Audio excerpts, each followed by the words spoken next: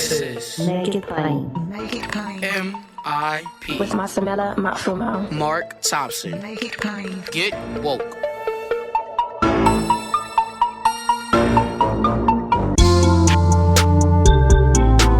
God bless you. Get woke. Folks, MIP is now COVID-free, meaning free to all subscribers as we navigate this pandemic. We're thinking about everyone, and we've got to get through this together. So for a limited time, no fee to subscribe to Make It Plain on your favorite podcast app.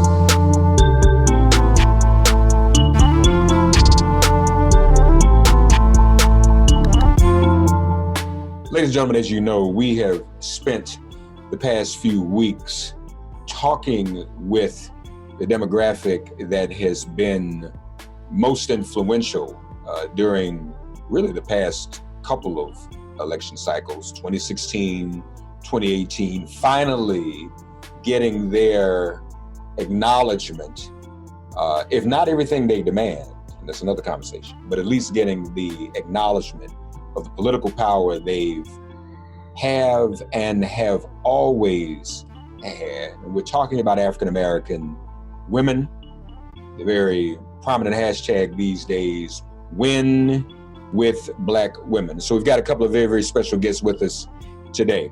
First of all, the president, CEO, and co-founder of Higher Heights for America. And Higher Heights, of course, is at the center of the national movement to grow Black women's political power from the voting booth to elected office. The CEO of Higher Heights, Glynda Carr, is with us. Welcome to you, Glynda, to Make It Plain. Thanks for having us. Thank you for being here. Serving in her 5th term as an elected official, the first Black woman elected to the Columbia, South Carolina City Council, and the first African-American to be elected citywide is Tameika Devine from Columbia, South Carolina. Tameika, welcome to you. How are you? Oh, thank you, Mark, for having me. I'm doing great. How are you? I'm just fine. And of course, it's a pleasure to have you both. Did both of you, I'm pretty sure you did, you both signed that letter the final weekend before Kamala Harris was chosen, correct? Absolutely. Yes. Yeah.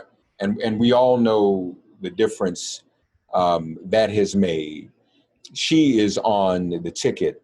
Let's start our conversations, though, if you don't mind, with something insightful, if you will. In other, not INSIGHT, but INCITE.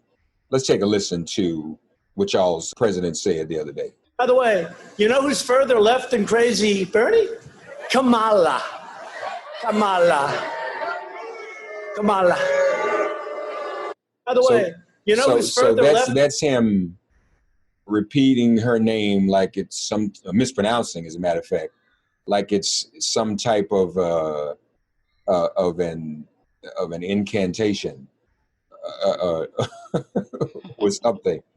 And then he would go on to say that if she were the president, it would be an insult to our country. Let's take a listen to that too, if we could. You know, when they started knocking down the monuments and statues a few months ago, right?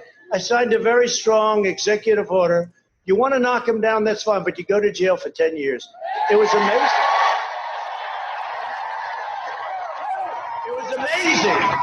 How that stopped. And then they said, well, we'll do it easily. We'll do it through the process because, you know, they don't want to spend 10 years. You know, they'd look at it. They'd say, not worth it. 10 years is too much. But the DC committee, did you see about that? They want to change the name of the Washington Monument. They want to get rid of the Lincoln Monument, Jefferson Monument. Now we're talking the big stuff. They finally hit the big time. Took them a while to get there, but I said that was going to happen. Don't worry about it. You don't have a thing to worry about. If our foreign adversaries were devising a scheme to cripple America, they could hardly do better than the Kamala Harris. Remember Kamala? She started at 15. She was supposed to win Problem was she went from 15 to 14 to 12 to 10 to 7 to 4. It's like a free fall. You know why people don't like her? Nobody likes her. She could never be the first woman president. She could never be. That would be an insult to our country. You know. So there you have it. Glynda, let me ask you to react to what Trump said. Where do you want me to start? And so at the end of the day, there is, the work of Higher Heights is around creating the environment for Black women to vote, run, win, and lead. And so we've probably supported Senator Harris for her bid to be the second Black woman to serve in the U.S. Senate in our nation's history. We stood with her when she boldly ran for president. And then we, worked tirelessly to ensure that Vice President Biden chose a Black woman.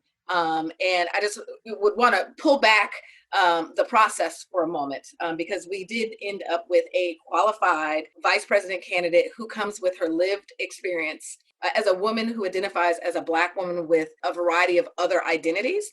That at the end of the day, there were 4 Black women on his on Vice President Biden's short list, as he mentioned, and there were 6 Black women that were on the longer list of potential candidates. And that says a lot about Black women's leadership and about this moment. We issued a poll of likely voters in 7 swing states. And those voters said that they believed that the ticket needed a woman of color, a Black woman, and not a white woman. And that they were looking for the next generation of leaders, someone that could make history and someone that was a unifier. So to react to Donald Trump is the reaction that we believed would happen regardless if it was a Black woman or a woman. This country only talks about likability when you talk about women's leadership, and particularly Black, bold women's leadership. If you go back, if we rewind what Donald Trump said in the Democratic primary, his biggest threat was Kamala Harris. So who is still his biggest threat?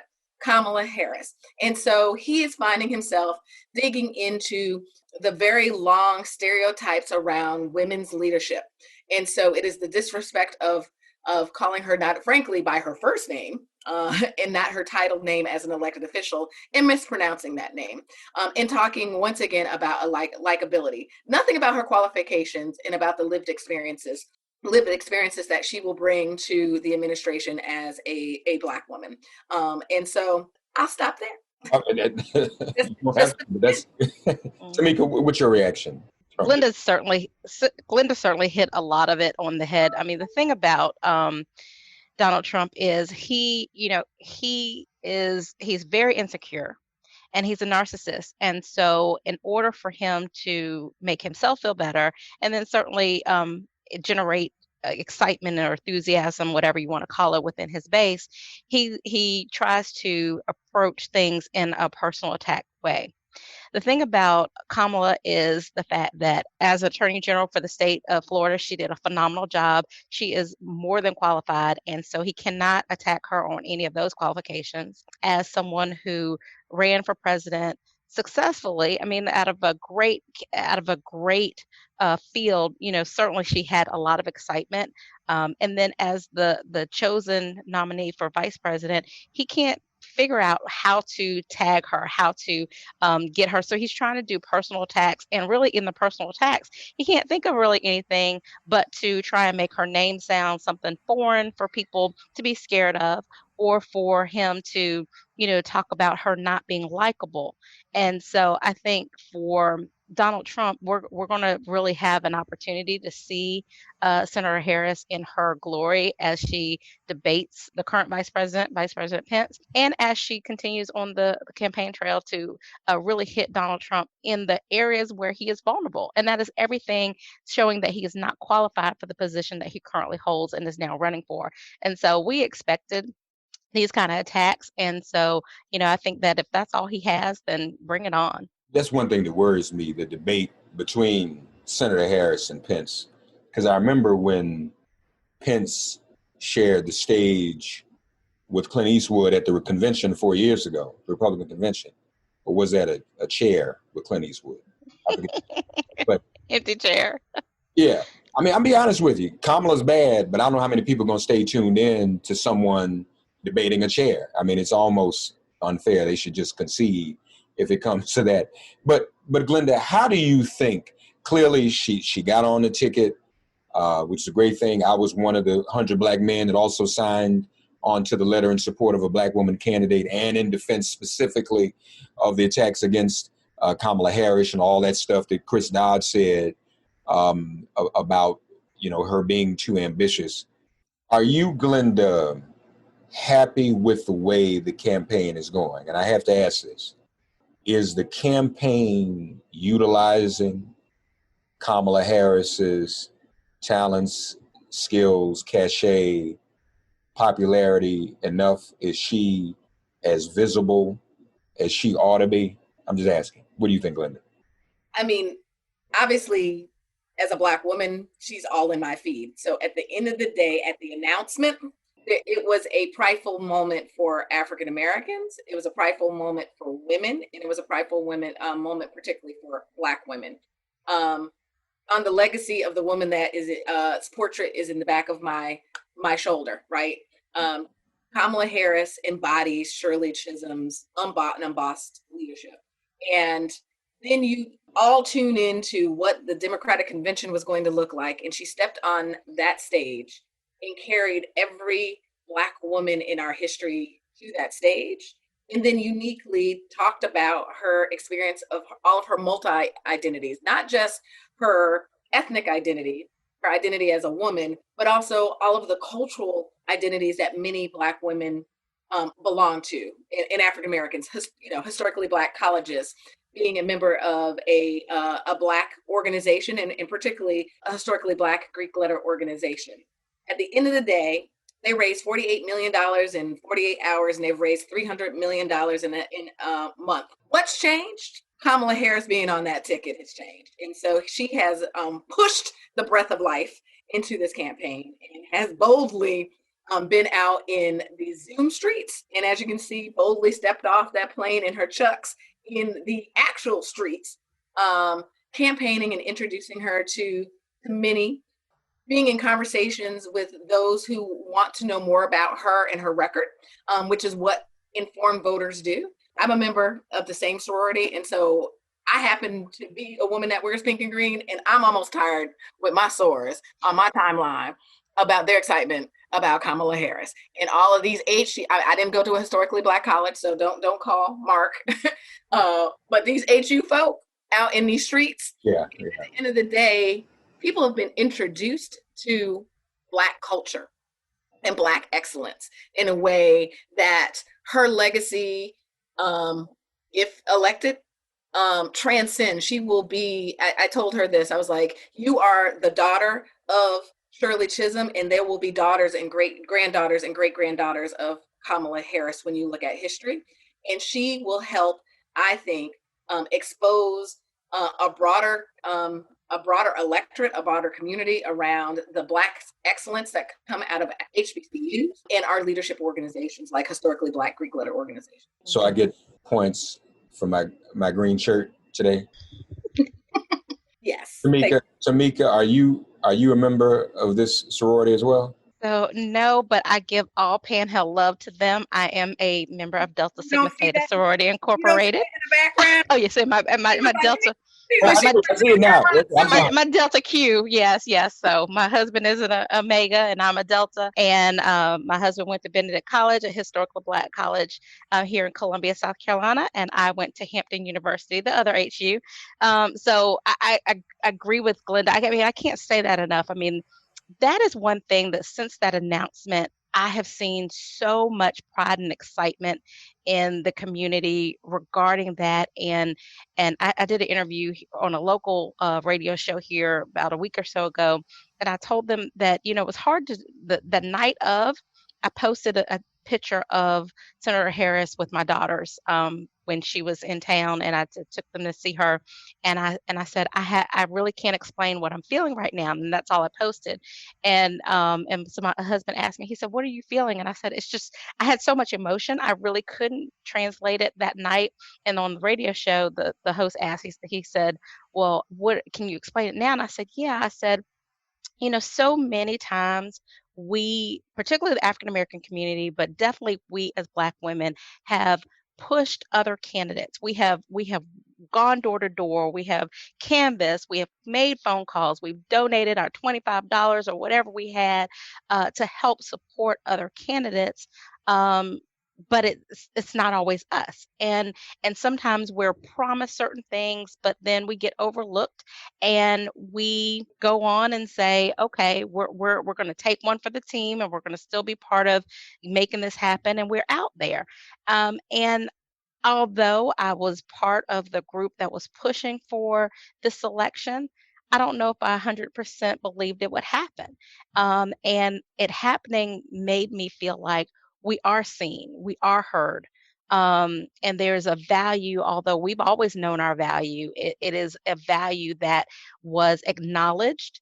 And as Glynda said, I mean, this is an amazing candidate. I mean, Senator Harris is an amazing candidate with amazing qualifications. And as you look at everything that she's bringing to the table, you sit here like, I'm HBCU proud all the time. I'm wearing my shirt, I'm wearing my colors, I'm Delta down.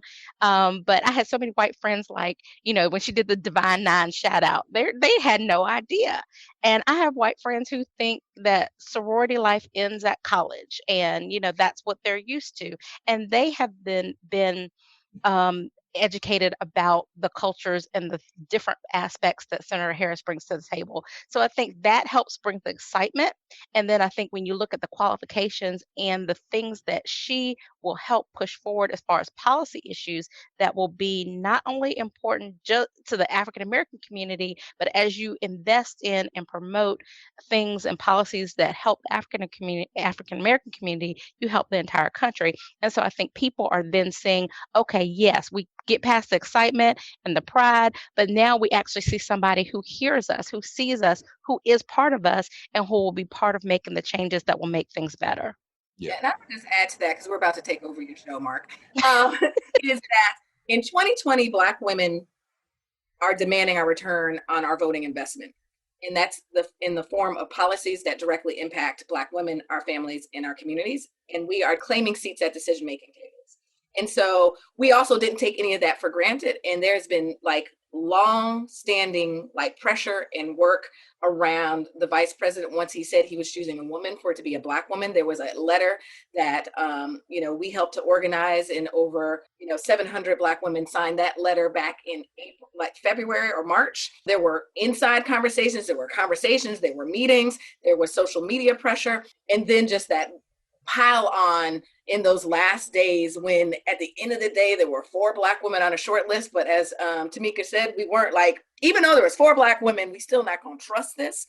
That pressure that shows, if people didn't understand the organizing power of Black women, we have completely shown how we unleash, right? And yes, we organize through organizations like Higher Heights, but at the end of the day, the power is that when you fire up a Black woman, she doesn't go to the polls alone. She brings her house, her block, her church, her sorority, and her union. And we've always done that, but it is a bigger lens to show how we are unleashing the organizing power. The fact that people have taken to their tablets and their computers and making donations in the denominations of years their organizations were founded, the years their universities were founded, to wanting to host parties, to making their own lawn signs, just shows the power of when a Black woman tells you, you need to start ordering your absentee ballot and figuring out your early vote date. And these are watching, and Tameika, you probably see this, watching what I call my everyday friends. So the people that don't do this for a living on my social feed. They are literally fighting folk on their social feed, giving information, and starting to organize, not only just because the one thing I agree with Donald Trump from the Republican convention, he said it then and he said it again last week. This is the most important election in our lifetime. And I was like, I agree with you, Donald Trump. Now, I agree that it's the most important election because you got to go. And so we might disagree on why. That they're not only organizing because that is what Black women have historically done in every election cycle. We are organizing because there's a record number of Black women running for office from the bottom of the ballot all the way to the top of the ballot. Yeah. No, and it's totally fine to take over the show. It's Men with Black women. I welcome you to do that. I guess, though, what I was trying to ask or say, and maybe it's just me, while obviously she's in our timelines, is the media covering her in these streets as much as they should? Because I think that's important because of the historic moment we're in, and because, frankly, and I'll get to this in a minute, our community, particularly younger voters, including younger Black women, have been targeted on social media against her. Yeah. I mean, and not random. Yeah. It's a very scientific, trolling, modified thing that's going on. And so that's the thing that concerns me. While, you know, in our circles, it's real, but it just concerns me when I see a little bit of her campaigning on television and more of Trump. I mean, let's be honest, they don't even cover Biden that much, but they'll cover Biden more than Harris. But I think our people, and frankly, some of those white women you talking about to me, because white women actually like Kamala, need to see her more coverage of her visibly with the Chuck E. Cheese. What do you think, Tameika? No, I think definitely. I think it has gotten better, actually, Mark. When I think about, so last week, I think there was a lot more as far as her going to Wisconsin and doing some other things that I think could have been used by the campaign in a more strategic way to reach the voters. With that said, though, I will say that this week they've done a little bit better. And so I think it's going to kind of continue to ramp up. But I agree. I think when you see Senator Harris, and you see not just, her competence, but also see her, being out with her chucks and just kind of somebody that you could actually hang out with, or you could see at a baseball game or something. I think the more folks see that, they'll know more about her. So I think that will come. But to your point, I guess, about the targeted, we have got to make sure that we understand what is being put out there and that we are engaging our community, especially the younger folks, about her. And I did a podcast earlier this week, and I was on there with a couple millennials, and there were two young African-American men, and they were saying that how, although they are voting, that they have lots of friends who still say they're not voting because it's two white men and they just don't feel like they have a choice. And so I asked them the question. I said, do they understand about voting for people versus issues? And there is no way that you can tell me that not voting in this election and allowing this current administration to continue on will be advancing issues that are important to the African American community. And they actually thought about it in a different way because they had not been talking about issues. They had been talking about the people.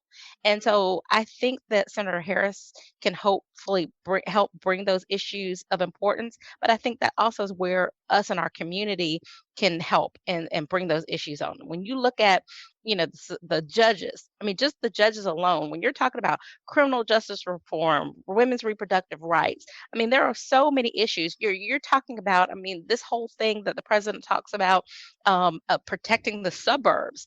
What in the world does protecting the suburbs mean? And how is that advancing issues that are important to the African American community? When you bring it down to the issues, and I think that's where we have to help the campaign continue to bring it down to the issues and why is that important?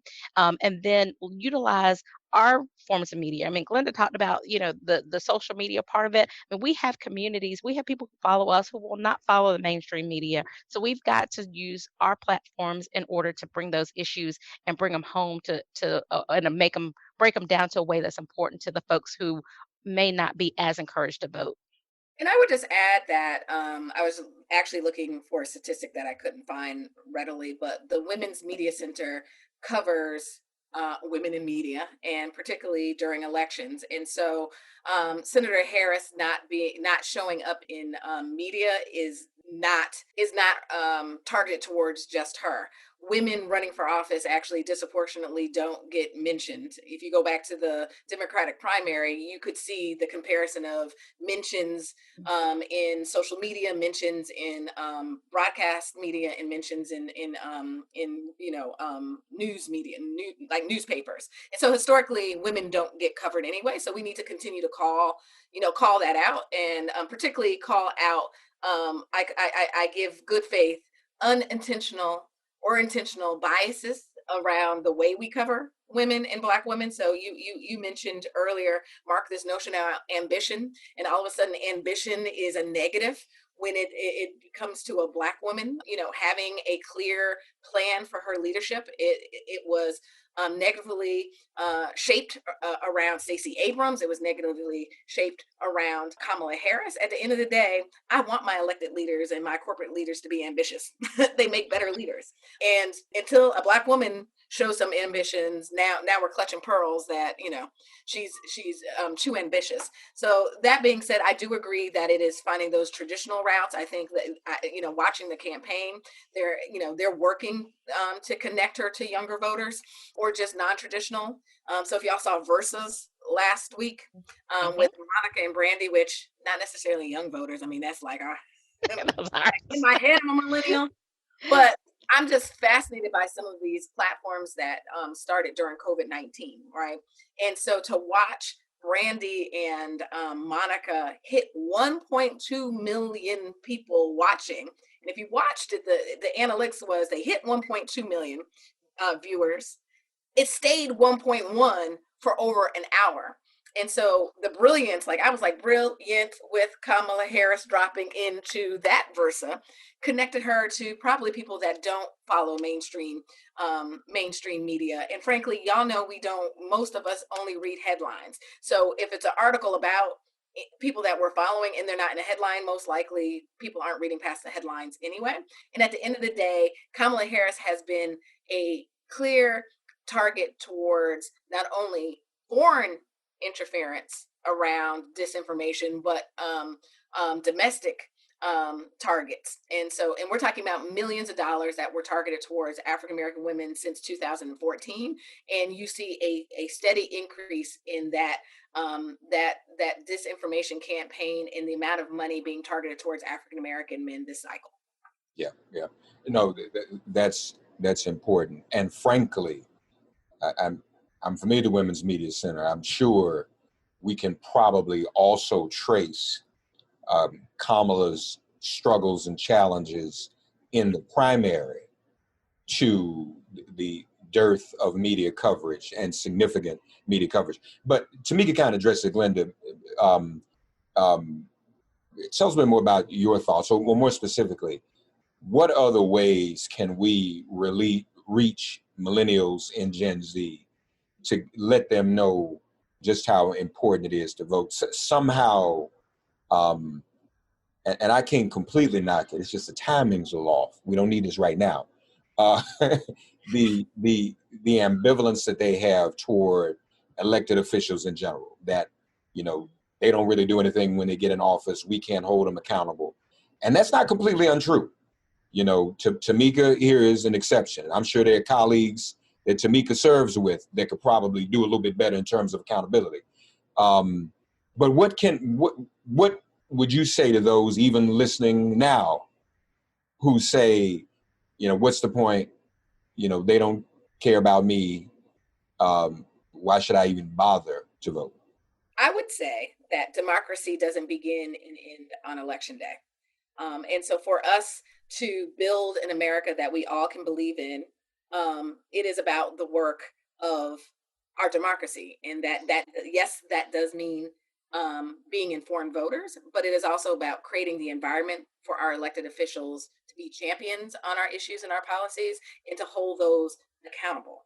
And that includes you deciding, and we all have a role to play. It may be, as Mark talked about, us hitting the streets.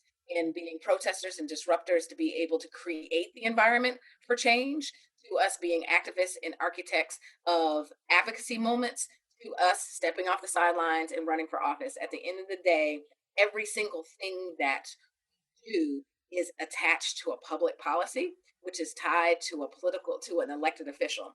And so for us to actually create economically thriving, educated, healthy, and safe communities, that it is actually going to take all of us. And it is being able to have those non-judgmental conversations. I mean, I know we all have started coming from a different generation in the way we talk.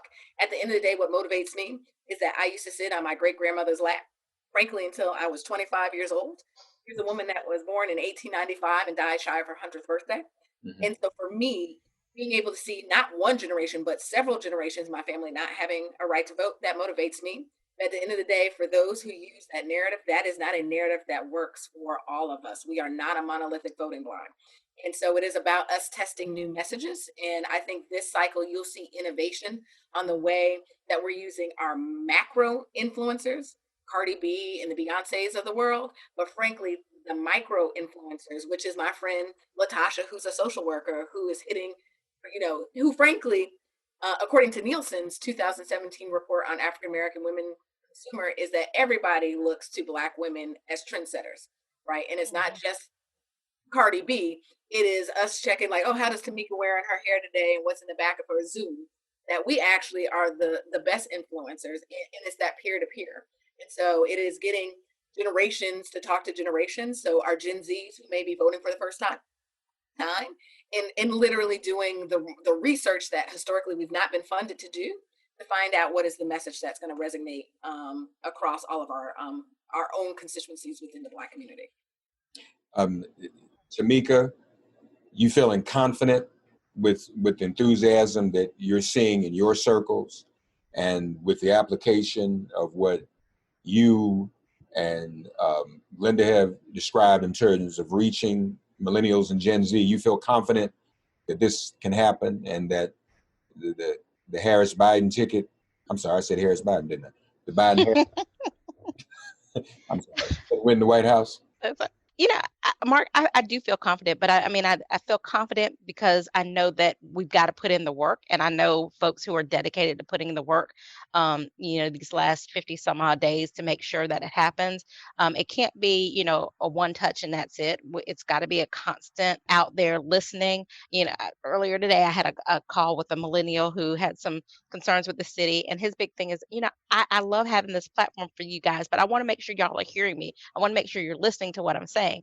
And I shared with the mayor, I said, that's all he wants is to feel like his voice is being heard.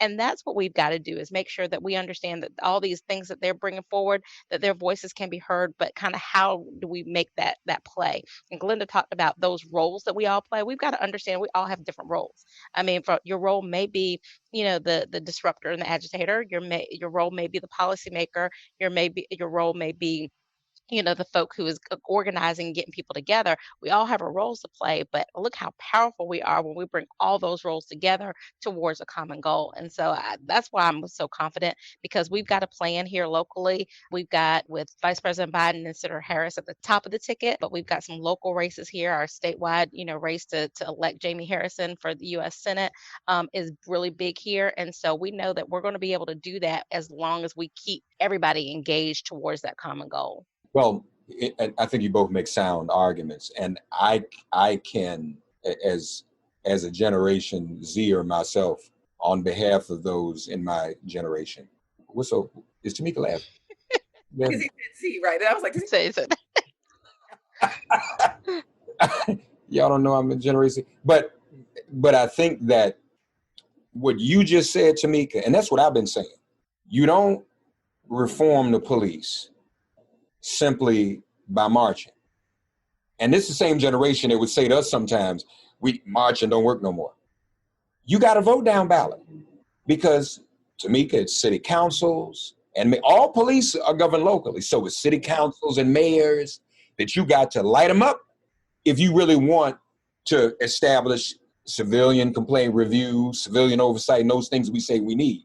Though you can't tweak those into existence. So I think what you said, Tameika, is important, just in terms of the applicability of voting at that at that level, and just how critical that is.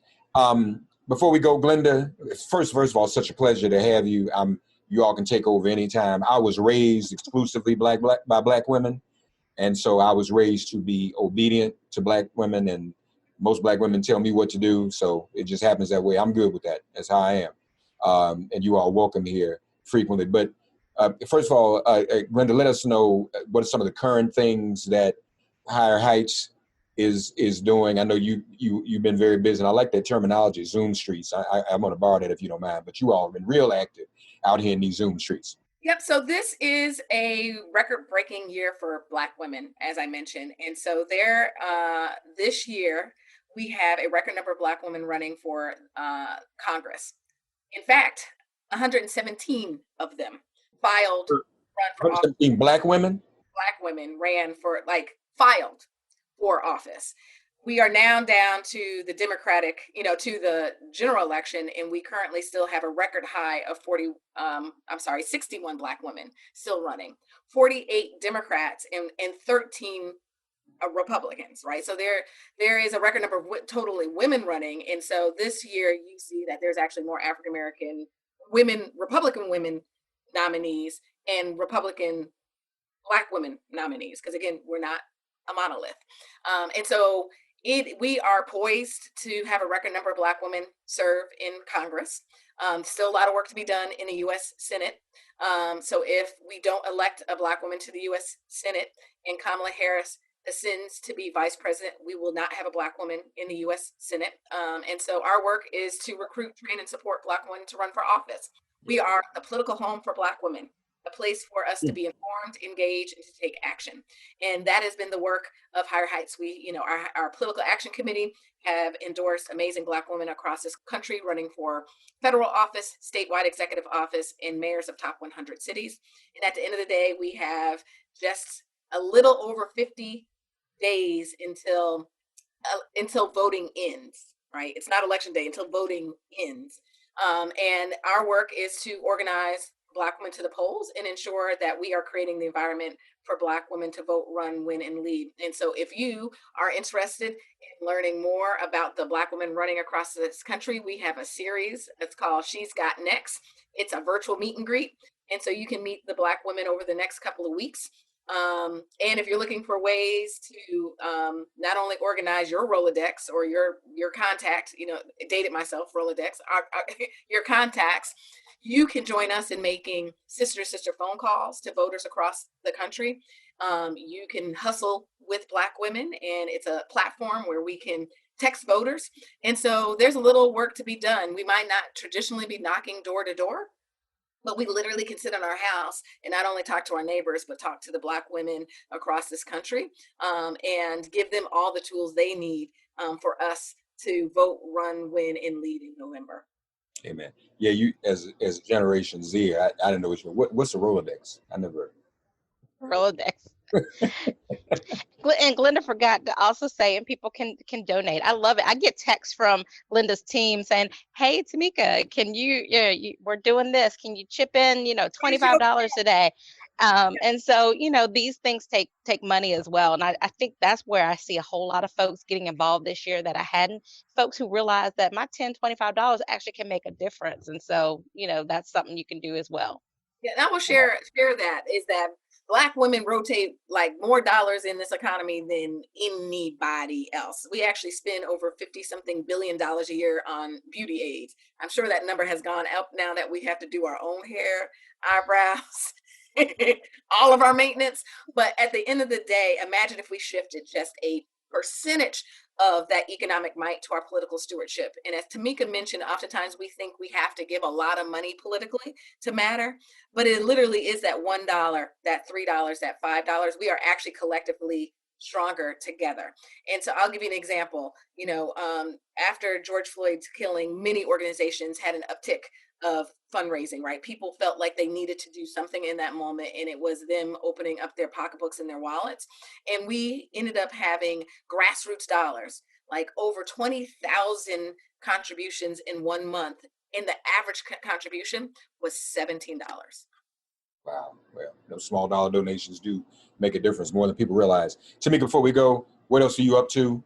Where can people find you out here in these physical streets or Zoom streets, wherever? Well, people can find me. I am member of Columbia, South Carolina City Council. I'm I'm on the National League of Cities Board of Directors. So I'm working with elected officials all over this country to try and make sure that we are implementing policies that really invest in our communities. And so you can find me on all social media at Tameika Devine. I'm on Twitter, Facebook, Instagram, and LinkedIn. But right now, Mark, I am looking for a victory in November, and then an administration that will support state and local governments to actually making some change in this country, making sure we're investing in affordable housing, making sure that we're investing in a public education system that works, make sure that we're investing in investment in our Black businesses. So I want to make sure that people understand and partner with us to do that. Thank you, Tameika Devine of the Columbia, South Carolina City Council. Glynda Carr. Glynda, did you give out Higher Heights website? I was like, Tameika was good. So we are at higherheightsforamerica.org. Become a member and you will have access to all of our training, all of our programming, an amazing network of Black women and our allies like Mark across this country, ready to ensure that we help Black women lead. Indeed. And yes, I am an ally and am at your service. This platform is available to the work that all of you all do. Whenever you need it, it is yours. I want to thank Glynda Carr of Higher Heights and Tameika Devine of the Columbia, South Carolina City Council. Folks, we are winning with Black women. Keep that hashtag in mind, win with Black women. Hashtag also Black women lead. Very important. This is our time, and let's take advantage of it. Thank you both. God, you are our refuge. Send our ancestors to guard our doors. Cast out this virus from our communities and our bodies. Heal, bless, and protect everyone listening and their loved ones. Thank you for listening to Make It Plain and Get Woke. Remember to listen, like, and subscribe on Apple Podcasts, Spotify, and wherever you get your podcasts. If all minds are clear, it has been made plain.